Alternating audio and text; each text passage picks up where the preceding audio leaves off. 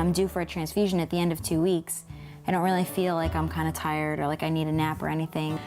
Nothing's changed except now you realize there is something going on in my body.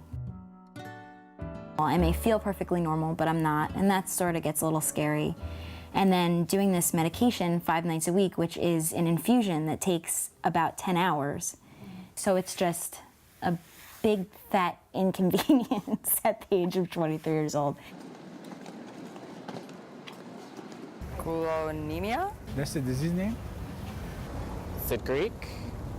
Thalassemia. What is that? Cooley's anemia is the term for thalassemia, that's this congenital hemolytic anemia. What's classical about all of the thalassemias is that they're characterized by a small red blood cell. I found out that Alicia had Cooley's anemia when she was about 8 months old. She became kind of listless and yellow to orange in color. The pediatrician sent us to a hematologist, and the hematologist had very outdated information. He told us that she would not live past the age of 16. She'd be physically disfigured, facially disfigured especially. Every patient who visits a physician will have a general blood count done.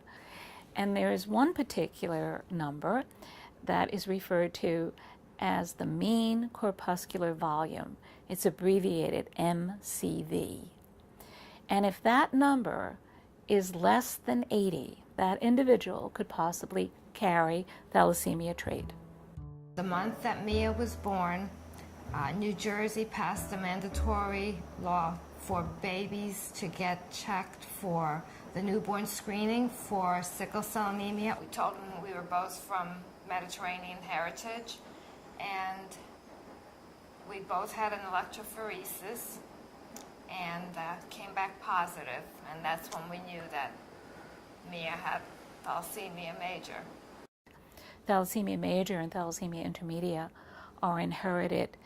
The thalassemia disorders are found predominantly in peoples whose ethnic background are from the Mediterranean, the Arabian Peninsula, the Middle East, the Asian subcontinent, southern China, and even Southeast Asia. It's better that you know when you get married that it's a possibility, and then you can choose to have a child, and you can choose to keep a pregnancy or not, and those are individual choices, and I have to believe that the information is good. I went through many, many years of infertility before Mia. I didn't think I would have any kids, and while we were in the process of finding out what was wrong with Mia, I wound up pregnant with Marcy. Thank God Marcy was healthy, and not only was she healthy, but later on we found out she was a perfect match for Mia. The use of bone marrow transplants is a wonderful way to cure this. It's the only way to cure this disease now, if it exists. And I think we're going to get to a point pretty soon where we can do less than perfect bone marrow transplants. It's already kind of there. When Alicia was a baby and we all tested to see if we were a match, I'm not sure I would have pulled the trigger then, because the mortality incidence was somewhere at that time, if I remember right, maybe 3 or 4%. We almost lost Mia at one point. She went into septic shock, and it was touch and go. So we took a chance because they said that she can lead a normal life, and that's what we were aiming for.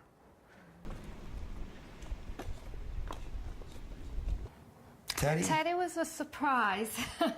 While we were preparing for our Mia's bone marrow transplant, I found I was pregnant with Teddy.